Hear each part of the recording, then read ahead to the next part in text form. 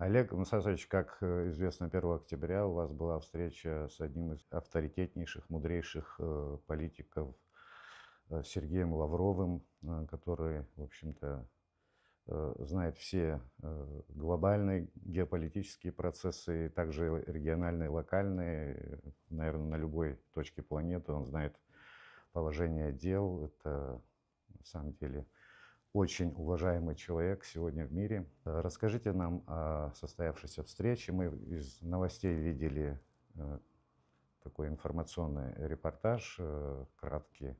Вот подробно, в подробностях, какие вопросы обсуждались. Там у вас была встреча потом и с 3 делегаций, с министром Южной Осетии, помимо официальной встречи уже и на обеде. Какие вопросы наиболее важные затрагивались в этой встрече? Действительно, я соглашусь с вашей оценкой. Абсолютно созвучно моему пониманию и моим убеждениям. Сергей Викторович Лавров, министр иностранных дел Российской Федерации, действительно является объективно, является, я думаю, дипломатом №1 в мире. Это авторитетнейший, опытнейший руководитель, который уже много лет олицетворяет в серьезном значении этого термина внешнюю политику Российской Федерации. Это человек, для которого нет секретов в мировой дипломатии. Это наша вторая встреча уже с Сергеем Викторовичем.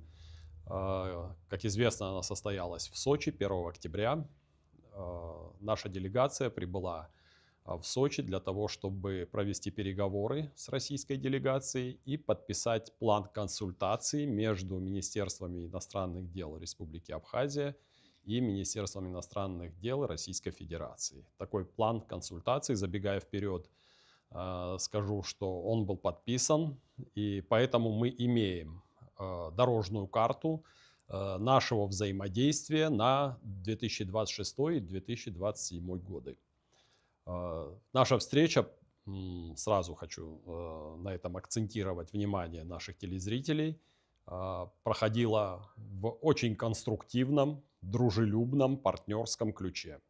Сергей Викторович начал с того, что поздравил нас с прошедшим за день до этого самым главным нашим национальным праздником, Днем Победы абхазского народа в Отечественной войне, народа Абхазии.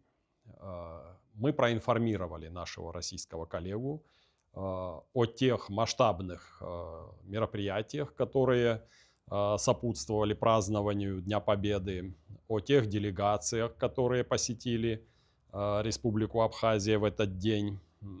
Как известно, поздравление президенту Абхазии Бадре Зурабовичу Гунба направил Владимир Владимирович Путин, президент Российской Федерации.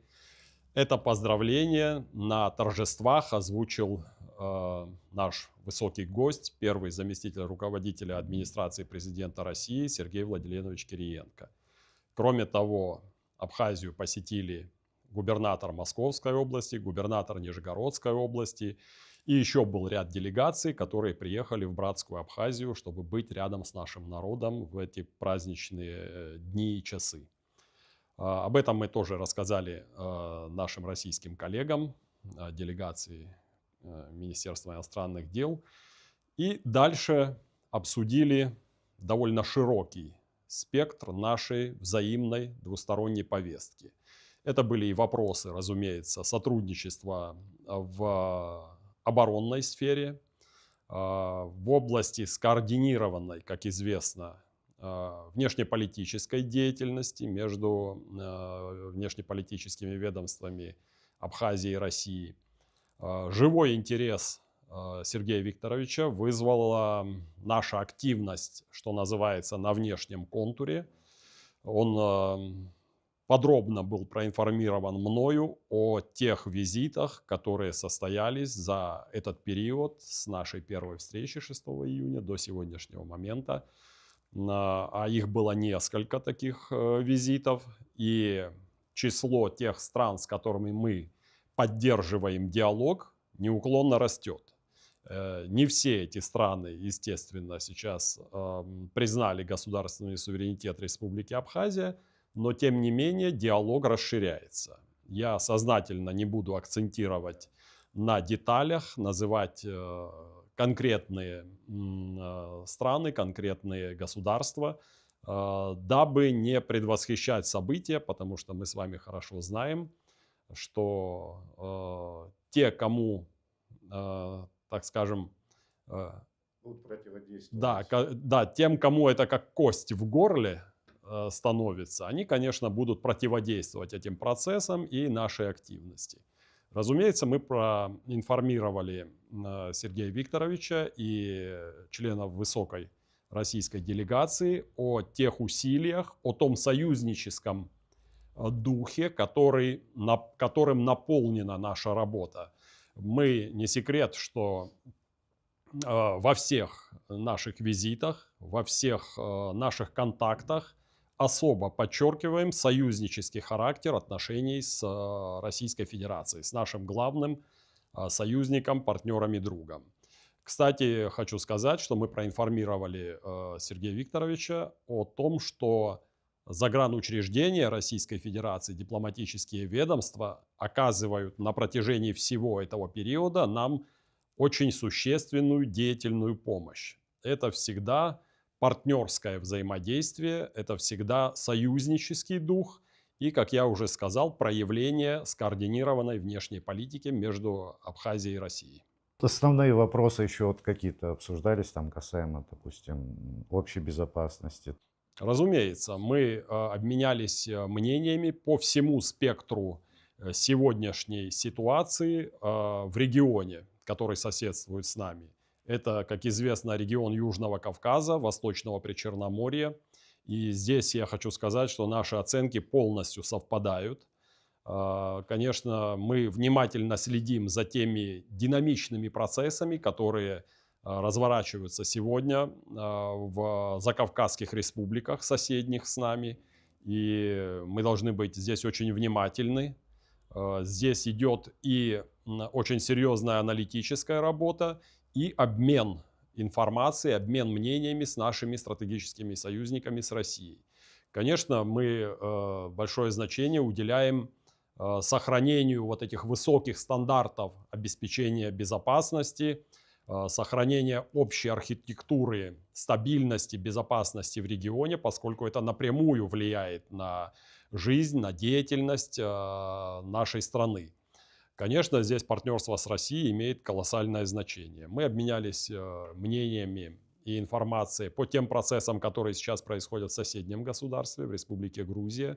Как известно, встреча состоялась вот непосредственно накануне муниципальных выборов в Грузии, поэтому мы уделили и этой теме, конечно, важное время, большое время и важное значение. Ну, я думаю, что те процессы, которые проистекают между Грузией и Азербайджаном и попытками поучаствовать в модерации этих процессов со стороны третьих стран, которые достаточно удалены от нашего региона, они тоже не остались без нашего совместного внимания. И, конечно, обсудили некоторые вопросы двусторонней повестки. В частности, мы поставили вопрос о новом порядке пересечения государственной границы России и Абхазии со стороны несовершеннолетних граждан Российской Федерации.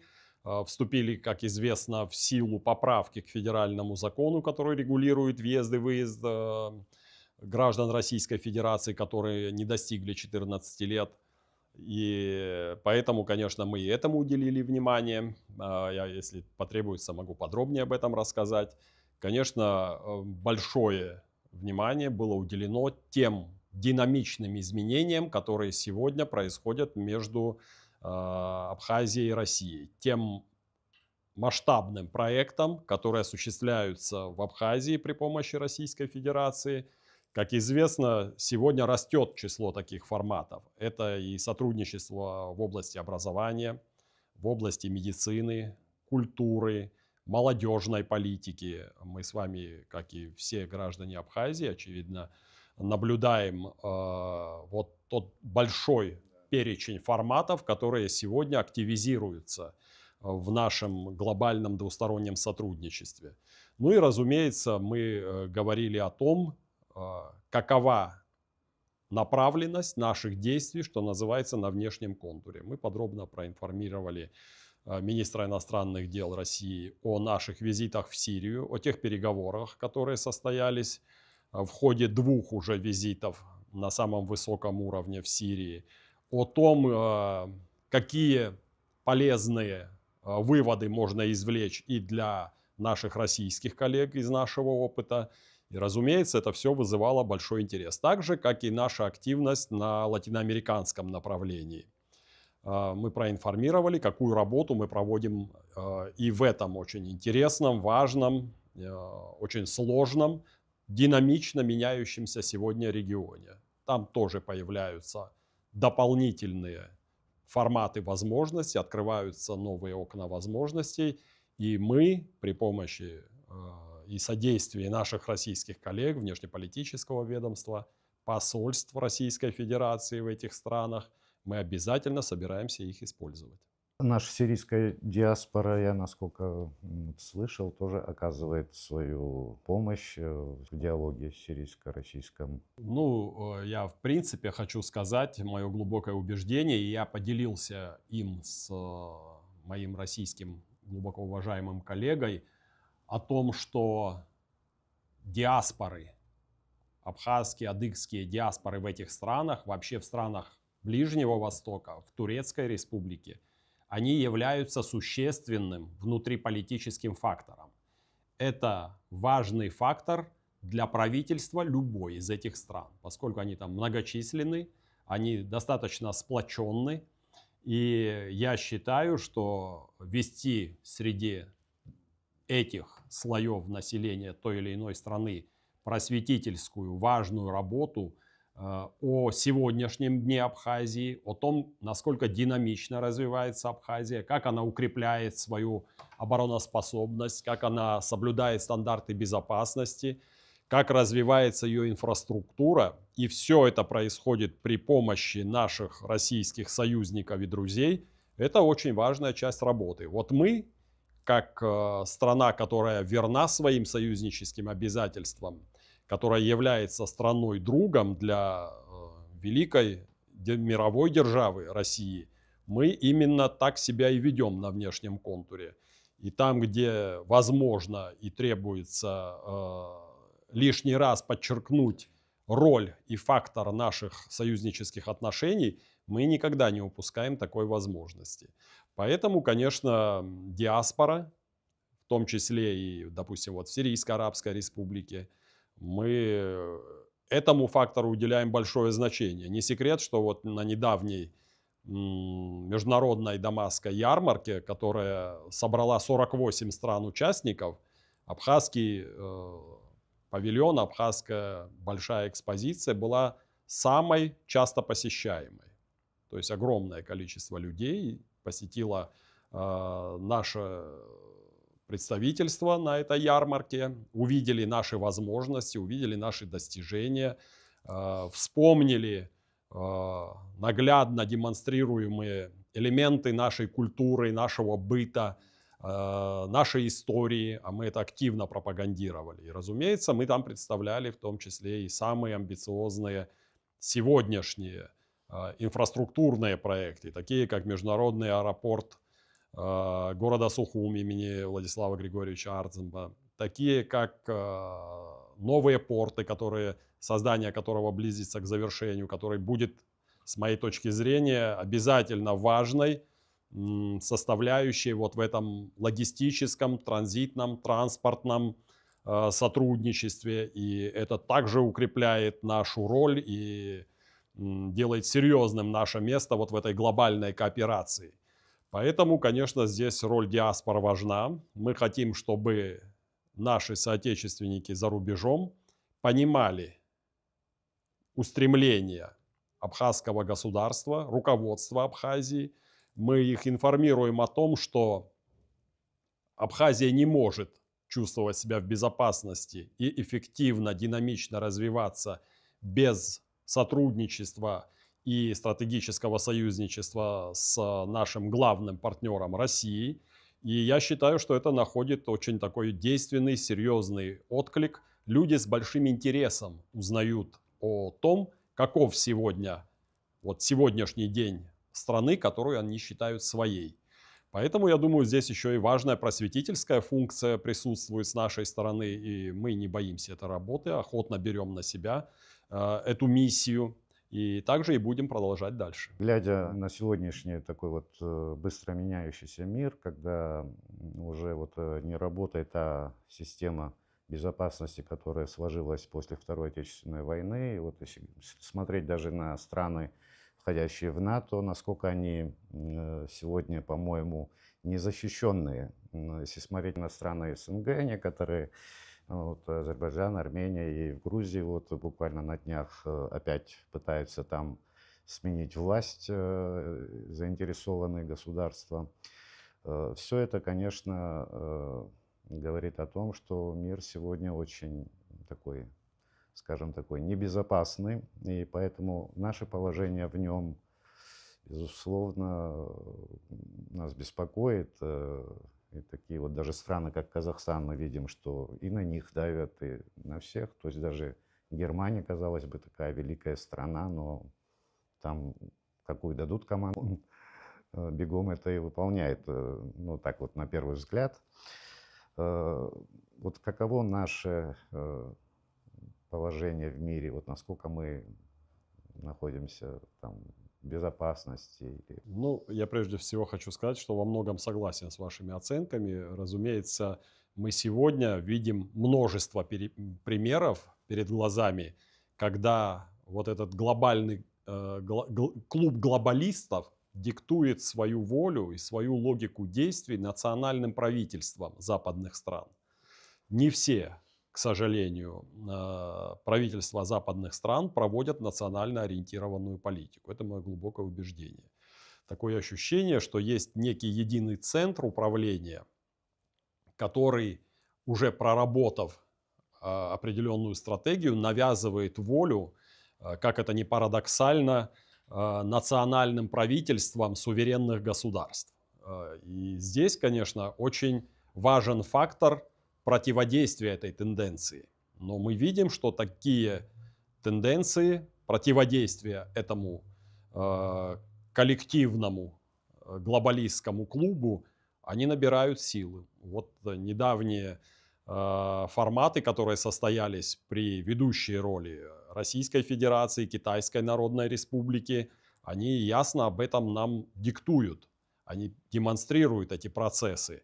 Шанхайская организация сотрудничества, формат БРИКС, который приобретает все большее количество сторонников.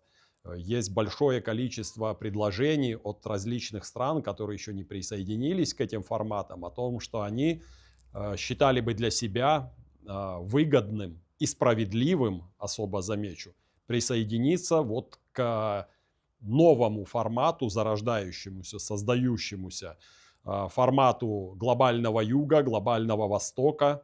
Это сегодняшние реалии. Надо их учитывать, и мы должны отдавать себе отчет в том, что нам как раз-таки дорога лежит туда, к этим форматам.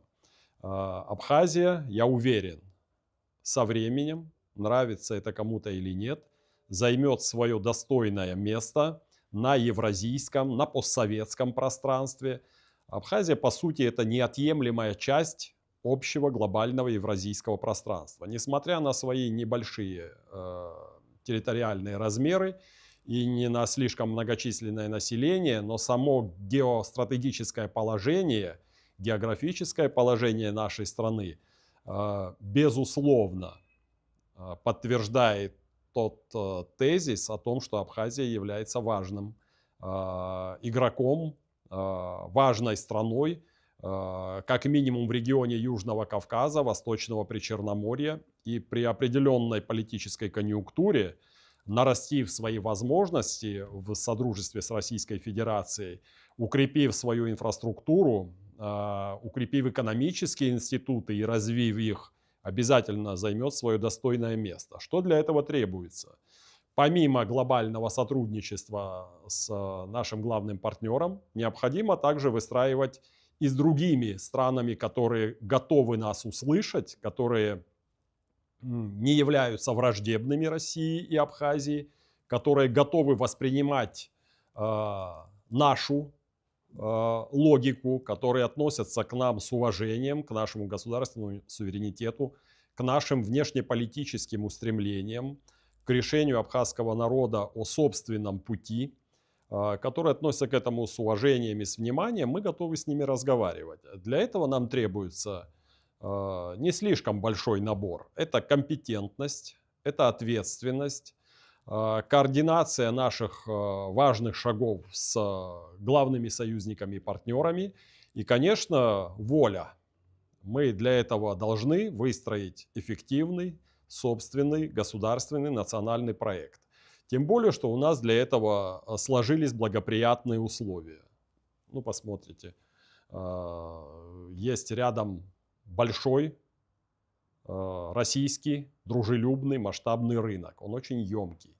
Это возможность для развития нашей экономики. Это возможность для развития наших производств. Мы уже оснастили это потенциальное сотрудничество договорно-правовой базой. Например, уже давно подписан между Абхазией и Россией, подписано соглашение о режиме торговли товарами. Оно как раз и призвано обеспечить вот это взаимодействие и стимулировать дополнительное развитие производительных сил в Абхазии. Новое производство, новые проекты экономические с высокой степенью генерации прибыли, новые высокотехнологичные производства, пусть и небольшие на данном этапе. Это то направление, по которому мы должны двигаться. Вот короткий, очень короткий перечень тех шагов, которые стоит предпринять, и тех стандартов, которыми мы должны руководствоваться для того, чтобы быть эффективным, важным игроком, как я уже сказал, несмотря на небольшие размеры нашего государства, вот в этом региональном сотрудничестве, в этой региональной кооперации. Конечно, я думаю, что те усилия, которые предпринимает руководство Абхазии, которое предпринимает внешнеполитическое ведомство Абхазии, эти усилия дадут свой эффект на внешнеполитической арене, а укрепляющееся сотрудничество с Российской Федерацией, экономические проекты, которыми наполняется это содержание, они, конечно, создадут прочный фундамент, базис для вот подобной деятельности. Я считаю, что в современных условиях, когда мир, как вы выразились совершенно справедливо, очень стремительно меняется, это для нас не только вызовы, но и серьезное окно возможностей. Уверен, что мы сможем им воспользоваться. Конечно же, когда мы видим, как американцы относятся к своим партнерам, настолько нестабильные у них взаимоотношения, очень важно, кто у тебя партнер, безусловно. Разумеется, вы знаете, мне кажется, помимо соображений целесообразности, которым, разумеется, руководствуются все страны в своей деятельности, да, разумеется. Кроме этого, существуют еще и нравственные нормы и категории. И поэтому нам здесь легко говорить об этом. Мы вместе с нашими союзниками, убежден в этом, мы на стороне добра, мы на стороне справедливости. И это еще раз подчеркивает тот партнерский дух, который между нами сложился. Не только буква, я хочу заметить, но и дух этого подлинного партнерства и союзничества, которое мы исповедуем в отношениях с дружественными странами. Поэтому здесь двух мнений быть не может. Мы продолжим это сотрудничество. Мы считаем, что этот путь оправдан и нравственно, и морально. И это соответствует нашим историческим, коренным интересам нашего народа, нашей страны. Олег Александрович, все еще продолжаются на Женевской площадке вот дискуссии, да, вот эти. И, как известно, вот в ближайшее время должна состояться встреча, да, вот какие наши ожидания вот от этой площадки? Ну, как известно, женевские дискуссии продолжаются уже длительное время. Действительно, в начале ноября состоится очередной раунд дискуссий по безопасности в Закавказье, так называемый Женевский формат. Наша делегация, конечно, будет представлена там, так же, как и делегация Российской Федерации, Южной Осетии. И западные участники, постоянные участники этого важного для нас формата. В этом году, в этот раунд, абхазскую делегацию буду возглавлять я лично. Мы уже провели такое установочное заседание, координирующее заседание с нашими российскими и югоостинскими коллегами в Москве 2 недели назад. Поэтому у нас есть четкое понимание тех позиций, тех тезисов, которые мы будем озвучивать в Женеве. Они отличаются завидной постоянностью с нашей стороны. Мы стоим на позициях необходимости, прежде всего, принятия взаимного юридически обязывающего соглашения о невозобновлении применения военной силы. Как известно, грузинская сторона с упорством, достойным лучшего применения, отвергает эти предложения на протяжении длительного времени. И, кстати, недавно руководство Грузии в заявлении премьер-министра Кобахидзе, я думаю, предельно раскрыло свои карты, свои намерения, устремления. Как известно, после всех громких заявлений в предвыборный период в октябре 2024 года, когда грузинское руководство декларировало готовность извиниться, начать работу по улучшению отношений с соседними странами, имеется в виду Республика Абхазия и Республика Южная Осетия, Алания, сегодня выясняется, что это была не более чем предвыборная риторика. Сегодня руководство Грузии безапелляционно заявляет о абсолютном нежелании вести какие-либо разговоры о неприменении военной силы. В своем выступлении Кобахидзе даже назвал подобные планы несерьезными. Ну, мы, разумеется, это фиксируем и понимаем истинные цели и намерения грузинского руководства. Поэтому иллюзий никаких нет. Однако это не умаляет нашей решимости вместе с нашими партнерами еще раз, в очередной раз, продекларировать свою приверженность мирному решению этой проблемы. Альтернативы подписанию юридически обязывающего соглашения о неприменении военной силы с нашей точки зрения нет. Хочу заметить и еще раз обратить внимание грузинского руководства на тот факт, что безопасность Республики Абхазия, Республики Южная Осетия гарантируется нашим стратегическим союзникам и партнерам Российской Федерации. Так же, как и собственными возможностями наших стран. Как известно, растет материально-техническое оснащение Республики Абхазия в военном аспекте. Постоянное взаимодействие с нашими российскими коллегами на уровне руководства оборонных ведомств, на уровне постоянных учений, отработки новых элементов боевого слаживания. Это, конечно, я думаю, серьезный фактор для того, чтобы остудить некоторые горячие головы в Тбилиси. Мы на полях женевских консультаций еще раз подтвердим необходимость подписания такого соглашения. Думаю, что здравомыслящие политики, представители истеблишмента западных стран в конце концов должны осознать всю бесперспективность другого пути. Нет альтернативы, кроме как признать существующие сегодня в регионе реалии.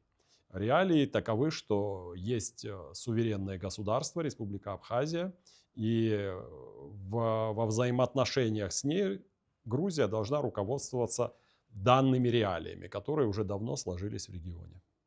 То упорство Запада, с каким они вот хотят сменить режим в Грузии, вот и эти дни там неспокойно.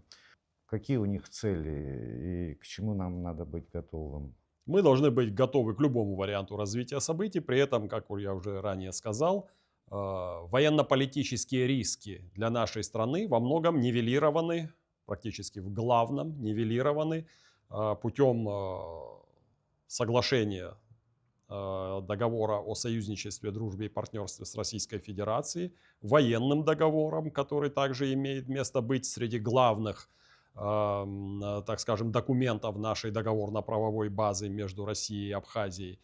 А попытки, о которых вы сказали, со стороны коллективного Запада, они никуда не денутся. Надо быть реалистами и отчетливо осознавать, что единственный вариант, который устроит этот коллективный Запад, это абсолютные вассальные режимы, которые должны функционировать с их точки зрения по указке из Вашингтона и Брюсселя. Мы же помним хорошо тот период, когда в ходе этой ситуации с специальной военной операцией зарубежные, западные страны, западные руководители усиленно давили на правительство Грузии, имея целью прежде всего создать новый очаг напряженности на внешнем контуре, на периметре близком к Российской Федерации, для того, чтобы еще больше осложнить значит, ситуацию в регионе, для того, чтобы отвлечь силы, ресурсы со стороны России и так далее. Им это не удалось, но это не значит, что эти попытки будут прекращены. Еще раз подчеркиваю, что целью западных режиссеров является абсолютная покорность со стороны национальных правительств той или иной страны, в которой они имеют свои интересы. Ну, мы, конечно, видим эти вызовы, и поэтому укрепляем наше сотрудничество с нашим партнером и, конечно, собственные ресурсы, собственные возможности постоянно оттачиваем и доводим их до новых стандартов, до нового уровня. Я думаю, это самая эффективная политика. Ну вот руководство Грузии, видно, что все-таки инстинкт самосохранения у них работает. Ну, в плане вот открывать здесь фронт там очередной для России. А вот как поведут себя руководители, назначенные, ну вот фактически, когда сателлиты, это, конечно, вопрос. Ну, это сложно предугадать. Что касается Грузии, я убежден в том, что в свое время, в 2008 году, была получена очень серьезная прививка от подобных настроений, от этих шапкозакидательских планов, потому что я думаю, что и истеблишмент этой страны, и общество увидели, насколько разрушительные последствия могут иметь авантюрные планы руководителей.